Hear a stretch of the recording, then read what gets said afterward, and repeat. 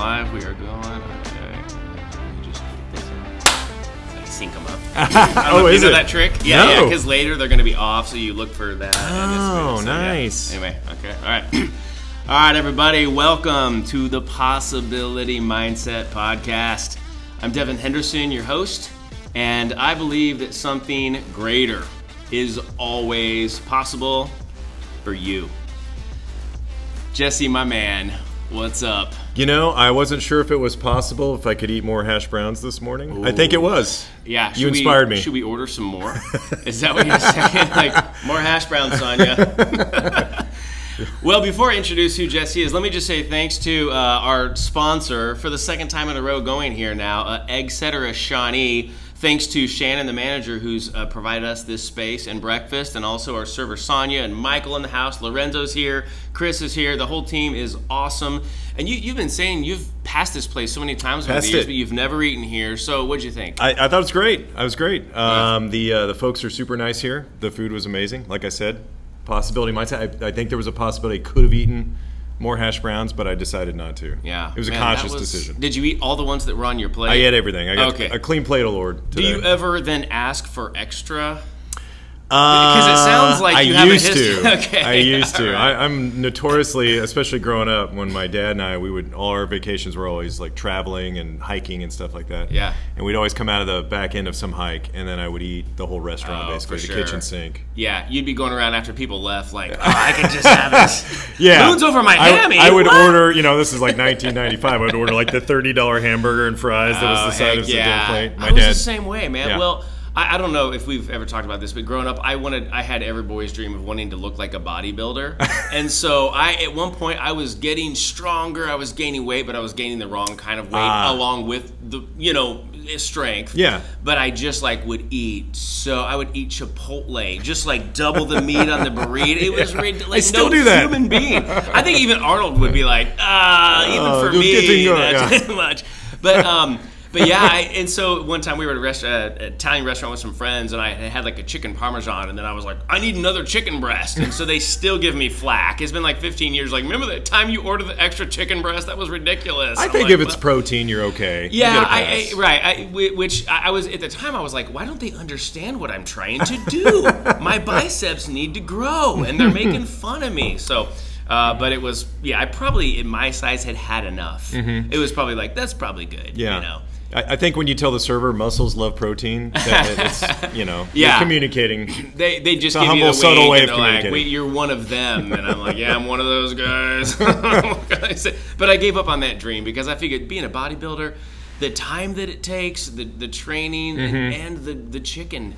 You know what I mean? Like, it's a lot of chicken. Food, a lot of chicken breast. Yeah, and then you're kind of like, oh, do I do the I don't know, anabolic steroids, and you know what I mean, the creatine, like what? How do you find all Do that? I have steamed broccoli today, or am I going to boil it and add some salt? Yeah, there you go, man. So anyway, this is the bodybuilding podcast with bodybuilder Jesse Reed, who actually tell you what not to do. He looks the way I always wanted to look. I never got there. Here he is. So let me introduce Jesse. Let me say, this is Commander Jesse Reed, U.S. Navy retired. You got it. That sound good? Nailed it, yeah. You know where I got that from? Where did you get that from? I know your dad was military, so you've got some background. The reason that sounded so pro just now was because you were on the Dana and Parks radio show yesterday here in Kansas City, and Parks said, Commander Jesse Reed, U.S. Navy retired, over and over again. I was like, okay, Jesse and he's doing the podcast tomorrow, and I wrote that down like, don't mess this up. You deserve It's on the back of your eyelids now? Because honestly, if I hadn't heard that, I'd be like, so, Navy, Top Gun, Navy guy, flying planes, and he would have been like, oh my gosh, dude, don't you do your homework? So I'm glad that he did that. So is there anything else we can add to the title at that point? Because I know you were in Top Gun, which is really, really crazy. He's like the real life Maverick here, ladies and gentlemen. You hate that I just said that, don't you? He's like, oh my gosh. You got to start somewhere. You got to start somewhere. Yeah. That's like walking up to a comedian and telling them you're doing their bit for them, or walking up to a celebrity like Tom Hanks. Hey, my favorite movie of yours was Big. Him being like, get lost. I'm sure he wouldn't do that. But anyway, man, anything to add to the bio there up top? No, that's pretty much it. I know we're going to break it down here and talk a little bit about it. But no. Okay. Well done, sir. Okay, thank you so much. I'm glad that And great job on the show yesterday. I appreciate that. I'll tell you what, that's a lot of fun. You know, it was a lot of fun. You didn't know radio host was in your you sounded like a pro. You've got the radio voice. You chimed in on the parts that were just kind of extemporaneous when they were talking about stadiums and laws, and you're just in there. You weren't kind of like, whoa. Yeah. Self-admittedly, I didn't know a whole lot about a lot of that too. So I said, you know when to speak up and when to pipe down a little bit. Well, and I think that's wise too, to know when to back off. Kind of like, oh, these are sensitive issues. I think I'll just take a back seat on this one. But you know, pipe up when it's helpful. And then, of course, who doesn't want to hear a good Navy survival story, right? I don't know if there's a way you can go back and listen to that. It was September 20th. Dane and Parks podcast. It's a podcast on Spotify and Apple and all that. And what's the date today? Yeah, it would have been yesterday. Yeah, and the date on my watch is hidden by the 9 hour right now, so I can't even. I don't even know what day of the week it is today. Is that a special Navy ops watch? This is a very special Garmin. Oh, Garmin, okay. Yeah. Garmin. Do they do a lot of marine or like military? I mean, I don't think there's a contract. I don't think there's a contract. Yeah. I bought this because I liked it. I wish I had a loftier reason than that. Speaking of not knowing what you're talking about, did you like how I was like Garmin and military and agreements, and did you have I don't know what I'm talking about. It's a fair question with pilots though, because pilots in general have a very unhealthy obsession with watches, and I am also guilty of that. So yeah, it's a little weird. Yeah. So. Well, I've always, because when I think of Garmin, I think of GPS. I think pilot, perfect connection. But I've always, I'm wearing like a movement watch. This is just for looks right here. But I kind of like something basic about old school, just knowing the time. I'm like, what else do I really, really need? Right? It's kind of like my listeners know that Googling, I'm very careful about what I Google, that I don't just do it compulsively anytime, that it's very thoughtful when I do it. Not that I follow my own rule perfectly, hypocritical at times, but it's kind of like, but I'd love to, I don't know, you have your phone that can track the miles you're running and all that, and I'm kind of like, a watch would be cool to just, I don't know, be able to, I've even thought about, do I go in and get an Apple Watch and just be able to text my wife just like this, like Knight Rider, But then I'm like, some people have told me that you're too connected. So when the car pulls up, when you talk to it, and the car pulls up, it's not. Let's go, kid. It's your wife. It's your wife driving. Okay. She's like, why do you keep calling me kid? And if you don't know what Knight Rider is, folks, you got to go. That's classic. It's classic. Yeah. David Hasselhoff. And then they did like a reboot recently, didn't they? It's never good. The reboot's never good. Right. I didn't even watch it. The reboot wasn't good, but how about Cobra Kai, right? Well, that's not even a reboot. That's like a Where Are They Now? Okay. Yeah. That's, what, same as Top Gun. Yeah. Top Gun Maverick. Okay. Yeah. Awesome, man. Well, hopefully, one day I'd love to get you back to share more about all things Top Gun, Navy, movie, misconceptions and all that. But today, the reason I really wanted you here today, and we're just going to kind of go through your story, is because this is the Possibility Mindset podcast, and we're friends from middle school, and we got reconnected within the last few months. It's one of those things where it's like you follow each other on Facebook. Your mom and I were friends on Facebook, and she's like, hey, you remember Jesse? And ran into her a couple times. And we got together, and then you shared your story. And when we first met a few months ago, I wasn't doing the podcast yet. Yeah. And so many people had told me, Devin, you need to have a podcast. You were I think I was somebody who told you that. You were the person who gave me the final push. You were like, hey, you just need to do this. And I was like, okay. And then like a week later, I was like, hey, here's the cover. What do you think? And you're like, okay. I didn't mean that fast. But no, you know what? That's what I respect so much about you, is you just dive in. And I think I told you that when you sent me a text and said, my first podcast is published. And I said, man, you're just a doer. You just go for it. Just dive right in. Why not? I appreciate that affirmation, but I definitely appreciate that final push, because we might not be sitting here doing this right now if it weren't for that. Well, it's a privilege on my end here. So awesome, man. So when we got together after we hadn't seen each other for 25 years. Oh, yeah. It's been a long time. Longer than high school, because we really lost touch after middle school, because our middle school kind of fed into two different high schools, Shawnee Mission Northwest, Shawnee Mission North. But then you ended up going to Olathe East. I went to Olathe. We moved across town. And then when I turned 18, I was out. I pieced out and left the state and joined the Navy. Other than maybe a few holidays, had not set foot back here in our hometown in a long time. So it's so weird to be such good buddies with someone from middle school, and I feel like we went on very different paths, and now we're at the same place. Yeah, here we are. Family, we're speaking. It's like what? Yeah. So that's what I want to hear about. I want to hear about this path. But you have such a I got to tell you the impact you had on me in middle school, man. Right. So we met. I think we sat in a science class, and we were front row in front of the teacher, and he's trying to measure beakers and show us how to do, I don't know, I'm going to embarrass myself. If you're a scientist, I apologize. Titration and all, anyway. Yeah. And I remember you had these 2 little foam balls. Oh, yeah. Does this ring a bell? Yeah. I didn't realize. And I remember sitting next to Devin here and him just doing sleight of hand right in front of me. Like right in front of me. Like he's sitting on the right, I'm sitting on the left. And he showed me, you showed me how to take a ball from one hand, make it look like it went in the other hand, and it wasn't actually there. Wow. You taught me that, and I actually went home and showed my folks and actually practiced that for a really long time, and I don't think I could do it again today, but I actually got somewhat good at it watching you do that, and that never, ever, ever left my mind. And then years later, like you said, now I'm doing my career, you're doing your career, and I started to see you pop up on social media as it became more prevalent, and saw you were doing a lot of magic, and I thought, I remember sitting there next to you with little foam balls where you were like trying to teach me how to do this. Yeah. And it was so cool to watch that. And then you started to do this thing. Folks, go check out some of the old videos where Devin teaches you a magic trick on YouTube. I'm like your promoter, basically. Do it. Keep going, baby. And I used to watch those with my kids, and then we would all learn a magic trick together that was somewhat doable. And I think my favorite one was the little sugar packet with the penny. Oh yeah, that was a good one. So to this day, when we go sit at a restaurant and my kids are with me, they go, "Dad, do the trick with the sugar packet." I'm like, the Devin Henderson trick? Okay. It's funny you bring up the sugar packet trick. I think of it as the Mindy trick. Mindy listens to the podcast, and she was the waitress who shot that trick with us. Oh, really? Like at Le Peep, yeah. So I used to work at Le Peep when I was a teenager. Really? The one that used to be on Metcalf. If you're a Kansas City person, Metcalf in college, yeah. Okay. Once upon a time. That one out there, yep. I did that there several times.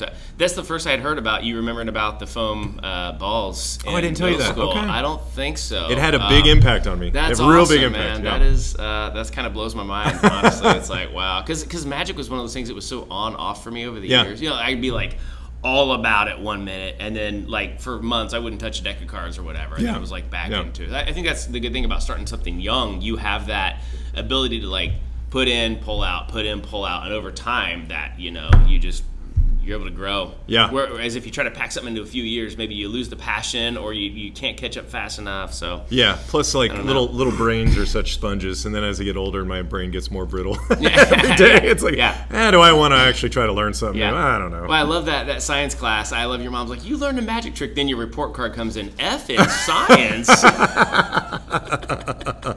I wasn't a great student, but I wasn't a bad student. No. I did enough to stay out of trouble. Oh, that's fine. It's like, he was learning magic tricks instead of learning about science. Okay. Thank you, Devin Henderson. Thank you. Oh, that's hilarious. Well, thank you for your service. By the way, my pleasure. Taking it back to the military. My pleasure. And I always tell, when people thank me for my service, I tell them, thank you for my service in return. Because ultimately the taxpayers paid me to do a job that was a boyhood dream. I mean, and how lucky am I that I got to do that and I got a paycheck for it. That's how I feel when people thank me for my service. So I always feel very appreciative of their sentiment, but I also am extremely grateful that, gosh, I mean, how many people get to say that they have this vision when they're a little kid and then they grow up and they actually get to do it. And so I don't forget about that ever. It's forefront of my mind every single day. Like, wow, pinch myself. I got to do something that I wanted to do. And I don't know. That's just one of the best blessings in life. Yeah. So yeah. That's awesome. I love that attitude, man. Yeah. That's great. So let's go back then. Let's take it back to the boyhood dream. Would you just kind of share again the possibility mindset? That's what this. I hope you find inspiration in Jesse's story because it's there. So take us back, Jesse. Tell us the story. The story. Going back to being a little kid. I mean, 5, 6 years old. The earliest memories I can have of being alive. Yeah, sure, why not? Thank you, sir. We're just pouring coffee here. Yeah. The earliest memories I can have of being alive are thinking about flying and looking up to the sky and watching airplanes and just thinking that would be so cool to be up in the sky. And further exacerbated, I'll say, by in 1986, the movie Top Gun comes out, and now I learn about, oh, there's these fighter jets and you can land on ships and go out and fly around and dogfight. As a little kid, I just thought that was the coolest thing in the world. And somewhere in my mind, I thought, if there's some way I could actually do that. They seem like superheroes to me in that movie. If there's some way I can do that someday, I would love to do that.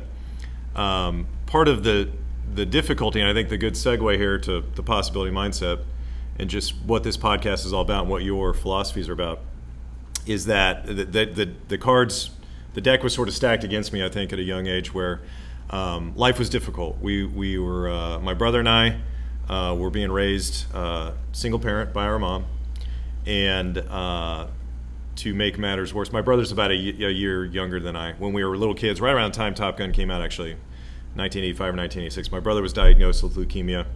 And at the time, the treatments were not that great, and so the outlook was bad. So here's a single mom raising 2 kids. One of them's really sick and in Children's Mercy Hospital all the time. And there's not really a whole lot of room for dreams, right? Like, hey, I want to fly airplanes someday. Right. So it was just that for the most part. One thing that my mom did, and I would encourage any parent that has kids with dreams, or aspirations, is to find ways to help them get exposure to that if they can. And so one of the great things that my mom did was take me to air shows when I was a kid. And there's a picture right around the same time of me sitting in a jet. Here in Kansas City, we used to have this old Air Force base that's since closed down, Richards-Gebaur Air Force Base. Yeah. And they used to have an annual show there. And I'd go to the show, and anybody in a flight suit, I'd go up and talk to them and say, how do I do this someday? And sign me up. And where's the recruiting table?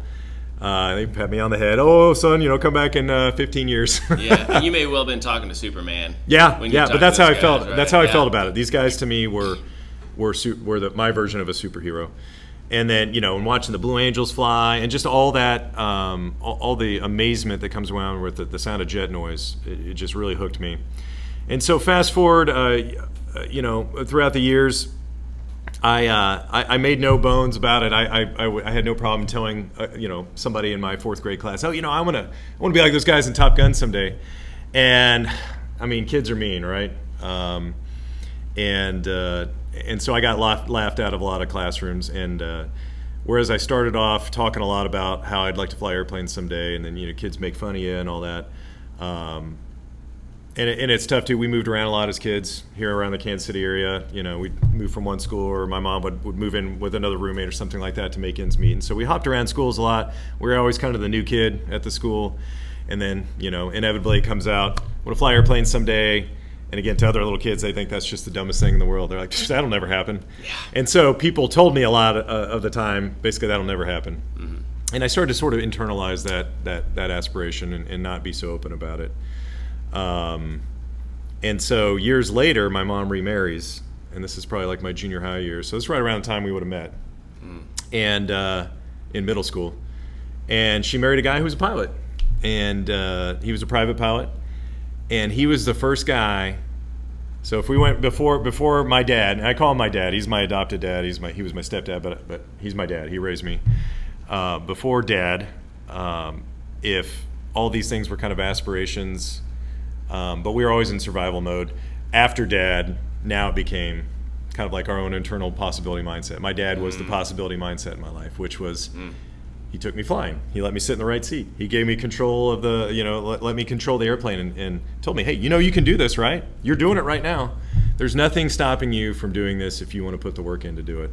And it was that inspiration in my life, that person who planted that seed, kind of like you do with so many people when you talk, that, hey, you can actually put your mind to things. It doesn't mean we can do anything in the world if we just say, hey, I just want to do that. There's certain limitations, right? But I think, and you and I, we've talked about our faith, I think sometimes God will plant a seed in you and give you an interest in some area. For you, it was magic, inspiring people. For me, it was flying. And, that gets put there for a reason. And so, you put in the work, you have some inspiration along the way, you have some serendipity along the way, and there truly is nothing you can't do. I'm living proof of it. So, I mean, let's say let's say the story ended there and you never went to the Navy. Already, that story is so inspiring. You know what I mean? Like kids have dreams. Kids believe in big things. And sometimes as adults, we just lose that magic to be like, what if? To ask that question you ask when you have the possibility mindset. What else is possible? Well, a lot of people might laugh. I mean, I have stories where people are like, hey, that reality check. I love you, so I'm going to tell you that can't happen. But the fact that you met, your mom married a pilot, like the exact thing you wanted to be, and that he believed in you. And I know there's more to the story, and just how we can, pour into the people around us, like kids. Like kids have dreams. Like don't undermine what somebody wants to do, because you never know. They might just grow up and do it. Absolutely. My daughter wants to play. She just came home recently and said, and they had announcements for in 5th grade is the first year you can do band. And she came home. I want to play the trombone, Dad.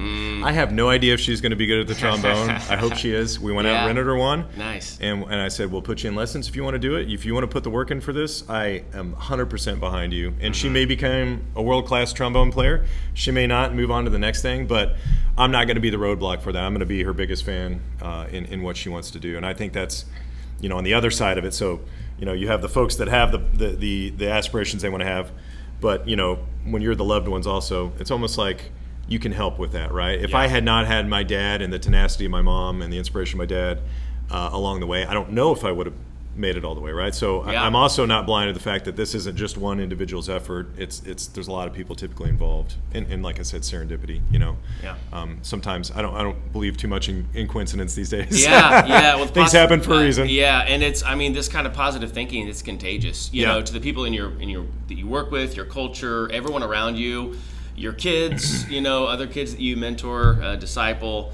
I mean, it's crazy. So let's And just another example. There's a family at our church that we sit next to, and the gentleman, is in his early 60s, decided he wanted to be a pilot. He went out and got his pilot's license. So like the possibility, it's never too late for a lot of things, right? Yeah, I was thinking that when you're telling your story, I was like, well, this isn't just a thing for, hey, go out and tell all the kids to want to be a pilot. It's like, where are you right now in your life? I don't care if you're, if you are a kid or if you're, middle age, if you're retired. I mean, it's never too late to be thinking, hey, what else is possible? What could I do with myself? What impact could I make? So I'm glad you brought that up. I was thinking, that too. So, okay, let's go from there then. So you have now a dad who's a pilot. Who you're like, wow, I now live with a hero. Right? So take it from there. So I get older and I start looking at military service, and my dad, who had applied to some of the service academies, he had actually gotten accepted to the Air Force Academy, which for folks who don't know,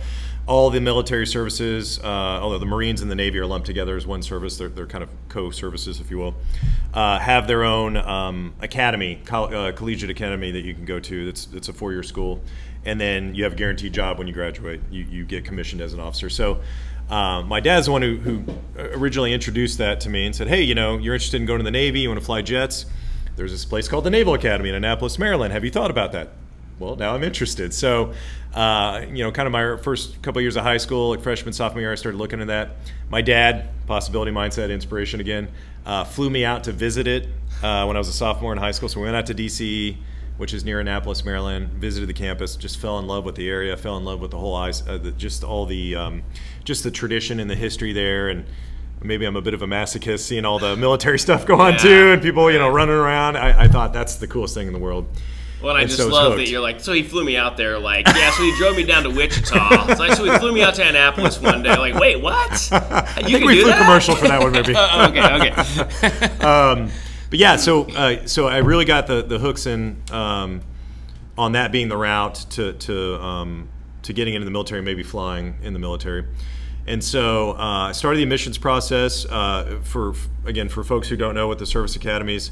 And this is actually something I counsel local high school kids on now. Now that I've graduated there, I help them through this process. Applying to a service academy is not like you don't just go take an ACT or SAT and fill out a little essay and all. It's a very lengthy, year-long process. You have to get a congressional nomination from your senator, your congressman, just to even be able to apply. So there's a lot of steps you have to go through. And I couldn't have done all those steps again without my family. There was times where I wasn't motivated to follow through on some things. And especially my dad, again, just kind of kicking me in the behind, going, hey, you said you wanted to do this. I'm going to hold you accountable. So so good to when you have dreams and you have things you want to do, to find people that are willing, surround yourself with people that are willing to hold you accountable as well, right? rather than do the opposite and try to discourage you, right? And lower the bar. And that's just awesome that not only did he believe it was possible, believe in you, but held you accountable. That's like next level, right? That's what we're missing a lot. I couldn't be more blessed to have the environment that I grew up in there, especially there, in my high school years. And so got accepted to the Naval Academy at 18. Left Kansas for Maryland, and began the Naval Academy, which was a difficult 4 years of school.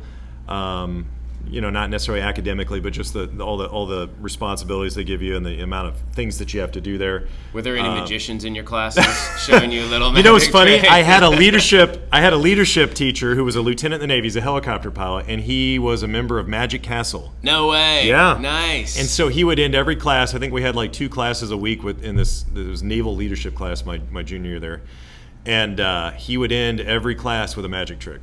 Nice. And he did one where he threw something up, like a bunch of cards on the ceiling, and then there was like a coin or something stuck to the ceiling afterwards. That blew my mind. Anyway, anyway, he's laughing because he's like, oh yeah, it's child's play. The old coin on the ceiling bit. Really? Come on, give me something good. Do something better. So that was pretty cool. Let me show him the sugar packet trick. Fortunately, I couldn't impress him with that. I had not learned it yet. I don't think YouTube was around yet. Yeah, I don't know if there was YouTube yet in my junior in college. But so yeah, graduated from there, selected naval aviation, and then began the whole flight school process. And I'll go faster here because I could go into all the details of that. But essentially, because I'm bored. Like, when's he gonna get to the good stuff? No, I'm kidding, man. I'm kidding. I love it. Give us whatever you want. Yeah, moved around a lot. Went to Pensacola, Florida for aviation pre-flight. That's where they teach you how to swim with all your gear on and try to drown you and put you in the little things that spin and make you feel sick and all that. And then went to primary flight school in Enid, Oklahoma with the Air Force. I'm sorry, but that just sounded a lot like an amusement park. Well, I'll get to that in a second. Okay. So there's a tie into that. Okay, this is part of the possibility mindset again. And so moved to Enid, Oklahoma for about 6 to 8 months. Started primary flight school there, learning just how to fly the basics. Meridian, Mississippi for a couple of years. That's where I learned how to fly the tactical stuff with the Navy, and that's where I did my first carrier landing. I didn't do it in Meridian, Mississippi. It's landlocked, but we flew out to San Diego.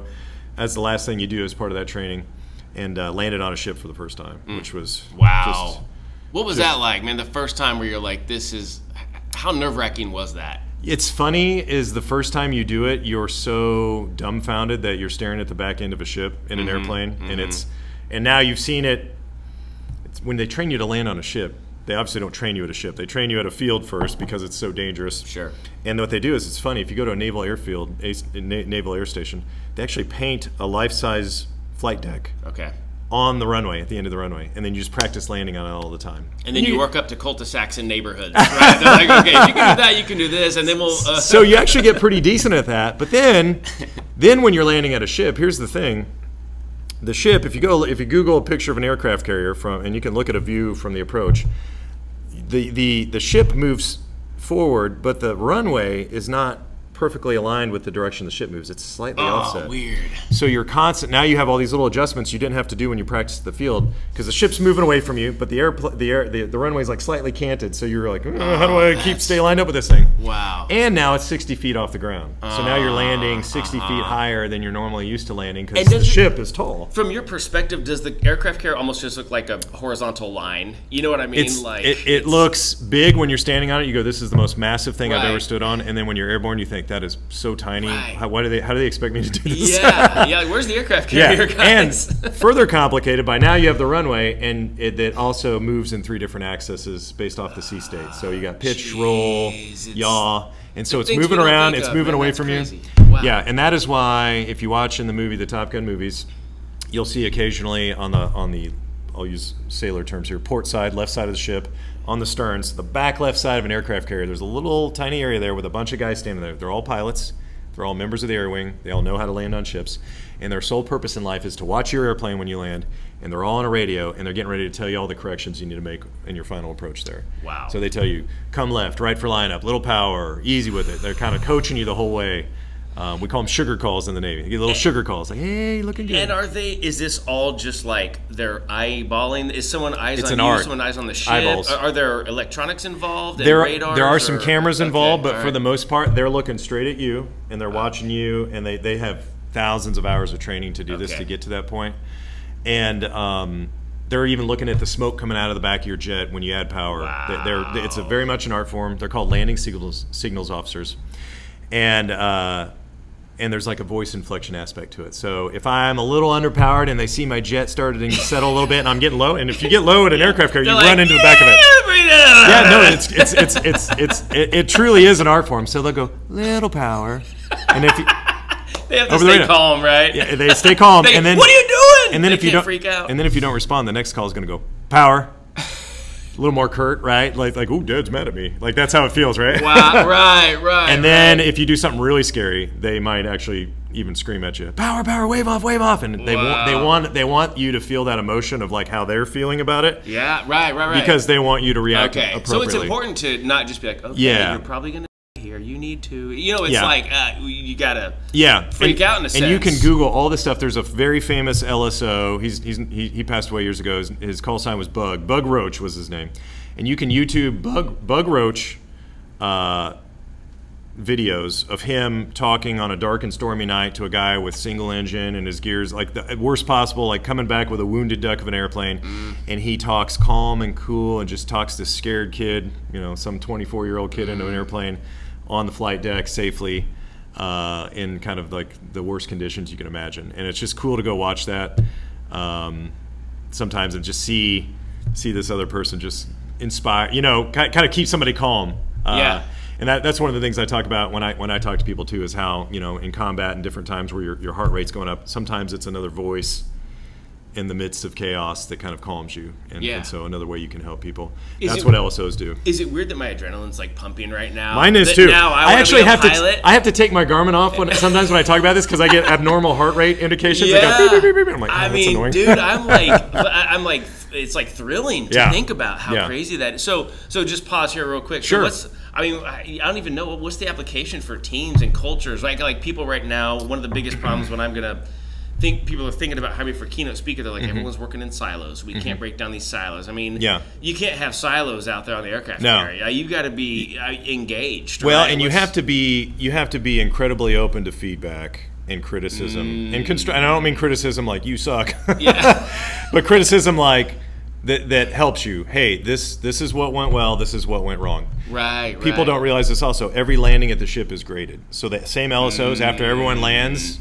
they walk around to all the ready rooms to all the pilots that just landed, and they walk over to them. They come up and they go, Jesse Reed, your pass was a little high start, little fly through down on the come down in the middle, a little low flat at the ramp for the OK3 wire. And they give you a grade, and that stuff gets documented. So your whole cruise, deployment, every time you got a ship, you have landing grades. And you got to have thick skin in naval aviation. They actually post them on a chart. They put everyone's name on the wall of the ready room, and they put a little color symbol next to your name for every landing you have. And if it's green, that's a good one.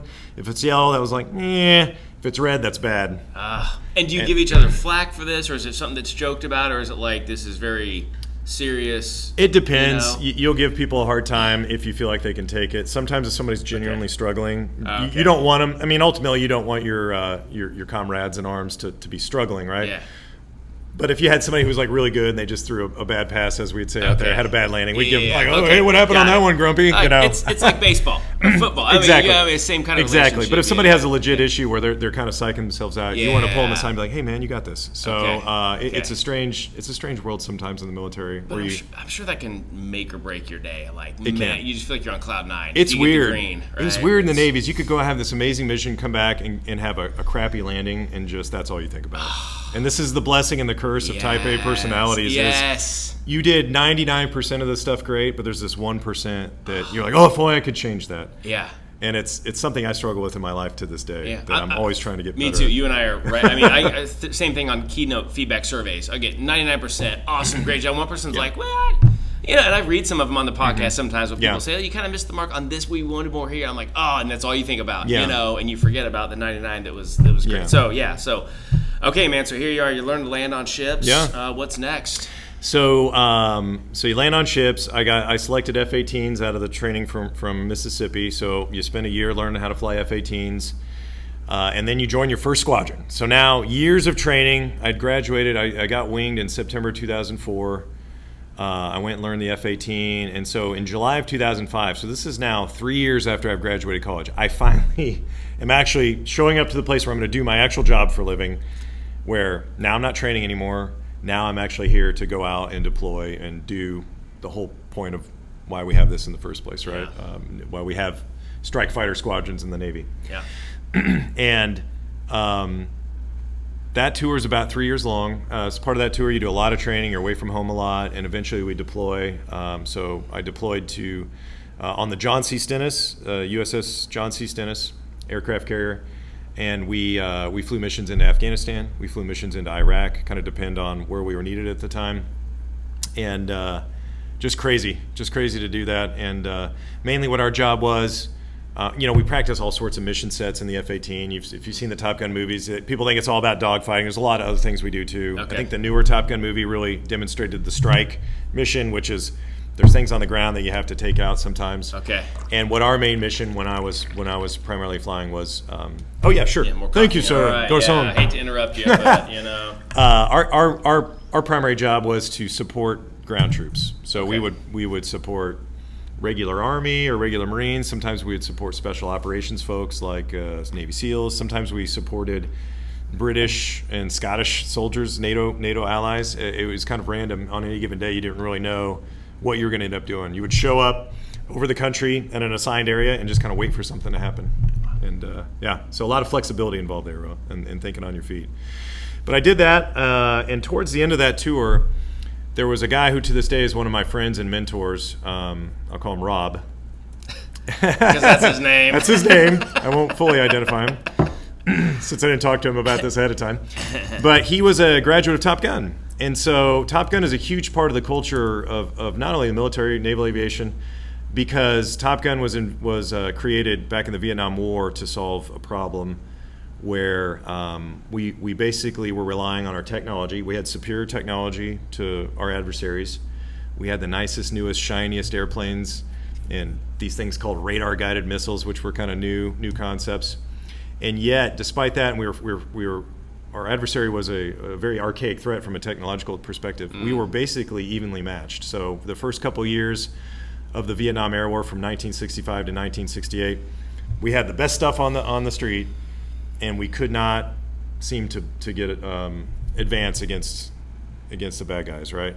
Is that because we were there? No. Because you were talking about some of their technology too. Their technology was archaic compared to ours. Right. What I would compare it to, if you're a sports fan like I am, it would be like if the Kansas City Chiefs were playing Shawnee Mission Northwest in a football game, and at halftime, the Chiefs were only up like 10-7. Okay, I see. And it's why is this happening? We have this professional football team that can't seem to really just beat these guys, right? Right. And so the Navy, there was kind of a lull in the air war in the 1968, 1969 time frame, and the Navy basically published a report, did a lot of research, and said, what are we doing wrong here? Why are we not winning this war from the air perspective, even though we have all this great technology? Mm-hmm.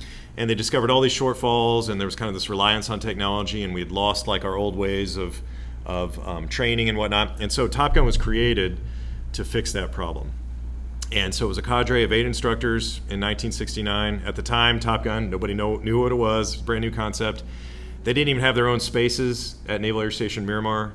They literally had to commandeer a trailer from one of the contractors on base. I think they paid him with a case of whiskey, is how the story goes. Wow. To get him to drop off a trailer that they could work out of. They, on a weekend, came in, painted it, and I think the name Top Gun, which is everything in the military's got a nickname. They named it Top Gun over a beer, I think, one night in the officer club, and came up with the patch design that's iconic to this day that all Top Gun graduates wear. And that was the genesis of it.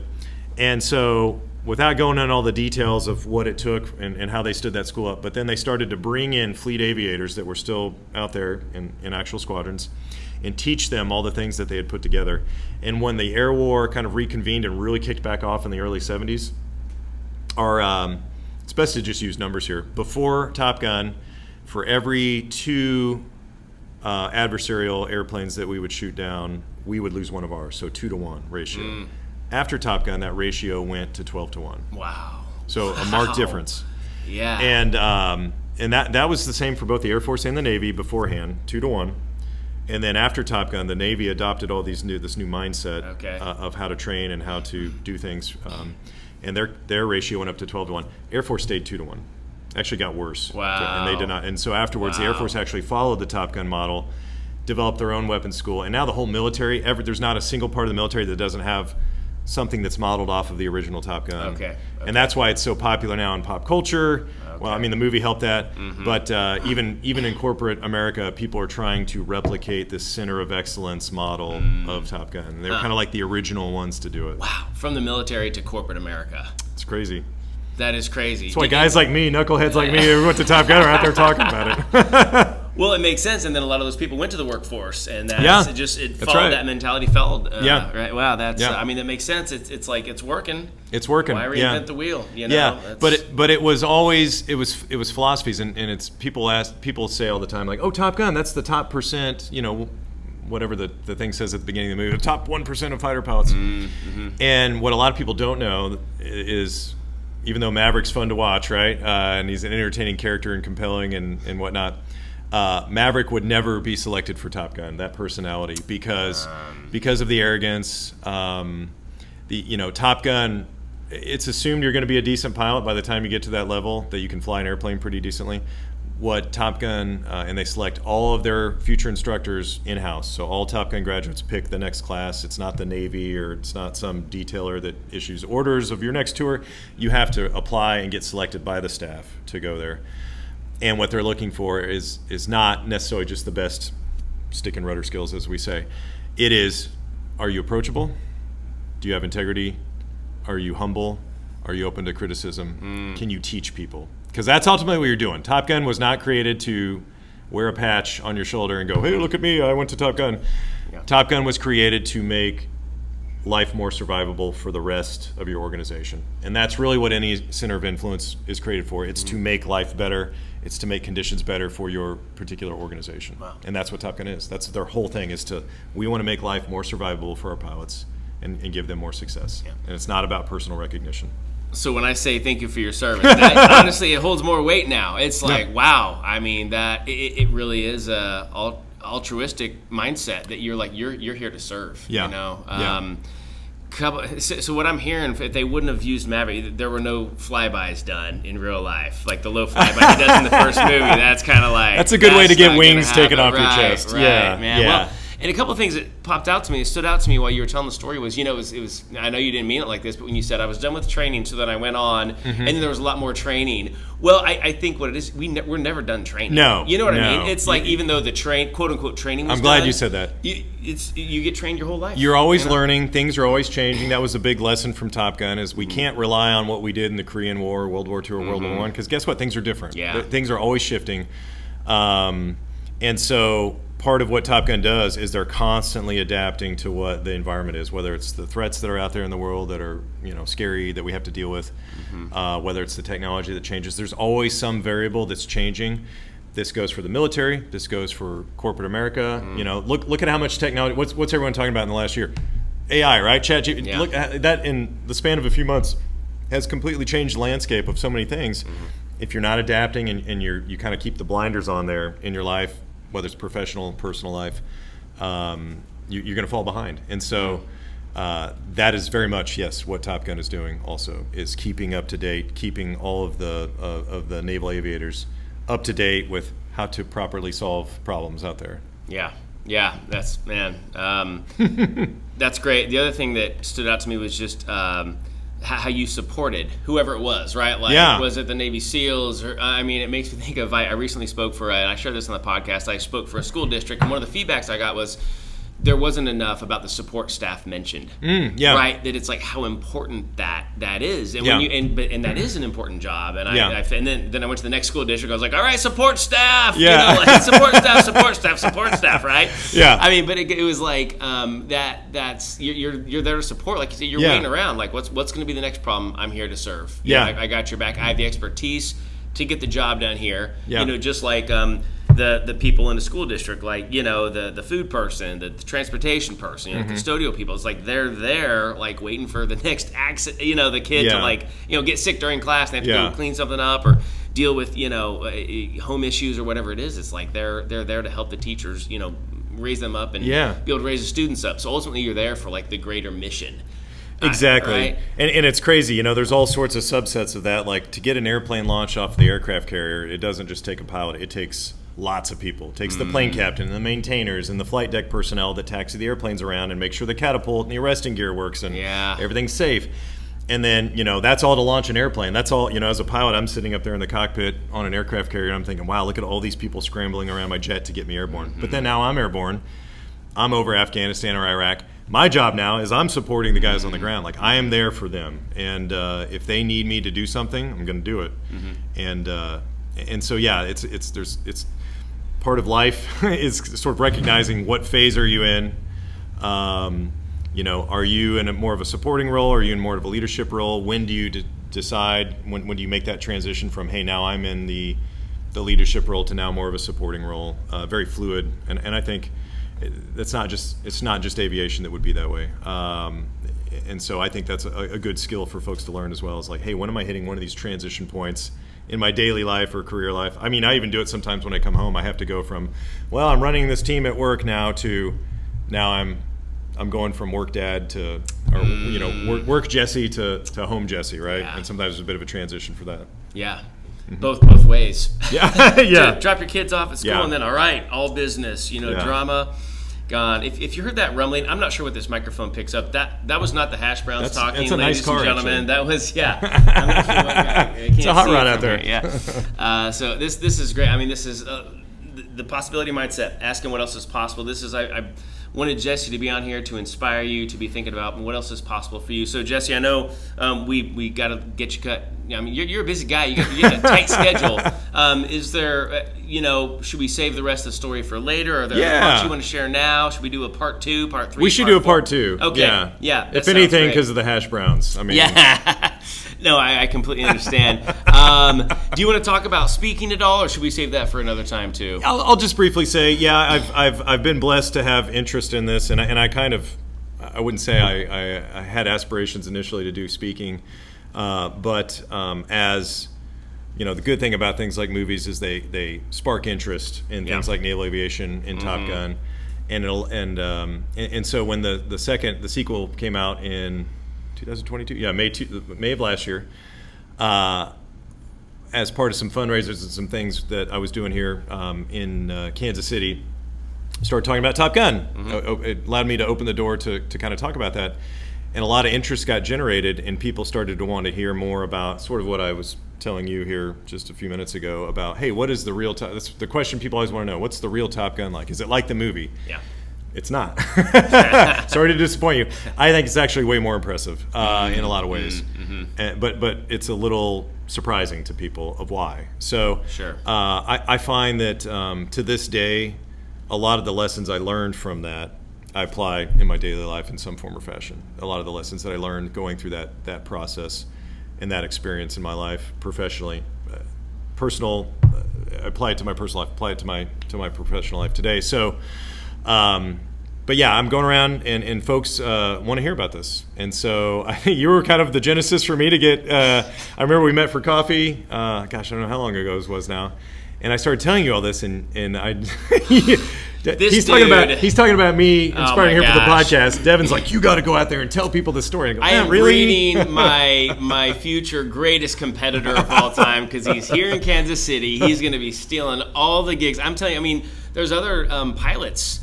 Captain Charlie Plum, who was a pilot, went down in Vietnam, was a POW there for 7 years. Waldo Waldman's a pilot. I mean, these motivational speakers have all these great analogies and metaphors like the ones you just shared that are amazing for the business place, the workplace, to become a Top Gun in a sense in your field. So I just see you, no pun intended, but I see you taking off. And I've told you this, and I mean this, that it's like, I mean, this could be crazy. So I know you're just kind of now figuring out, okay, well, you have all this great stuff, so how do you package it in a way so that, to the buyer goes, oh, this, but you've already spoken plenty.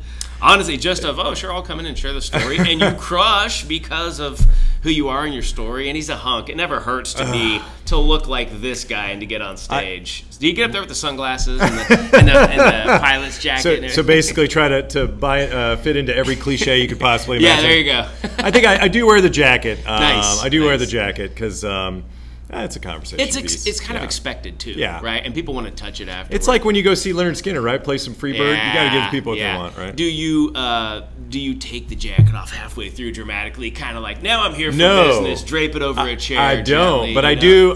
I will say this. There is a story I tell where I take my name tag off dramatically and throw it. So you have to come see it if you want to. You gotta hire him because you don't speak at public events where they can buy tickets yet. Someday he'll be at the Sprint Center. Right now, if you're lucky enough for your work to bring Jesse in, boom.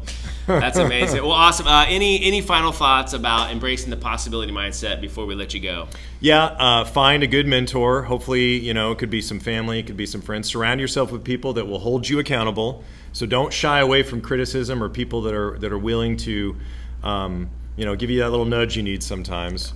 If you avoid that and that discomfort, because it's uncomfortable. It's uncomfortable to be pushed sometimes. Yeah. But you got to want that. You got to crave that, because that's part of the possibility mindset and getting better and expanding your horizons is you've got to seek some discomfort sometimes. So surround yourself with people that are willing to do that for you, and just grit, determination. Like when you get up in the morning, ask yourself, is this really what I want to spend my time doing? And Lord knows I've done a bunch of things too that I thought I wanted to do, and after a little while I thought, actually, this is probably not what I want to do. And so, having some self-realization too to kind of filter out the wheat from the chaff, so to speak. But great wisdom, man. Commander Jesse Reed, U.S. Navy retired. Thank you for your service.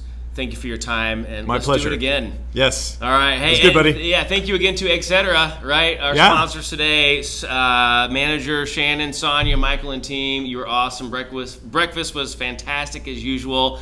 And everybody, thanks for joining us. And remember, never stop asking the question, what else is possible? That was fun, man. That was fun.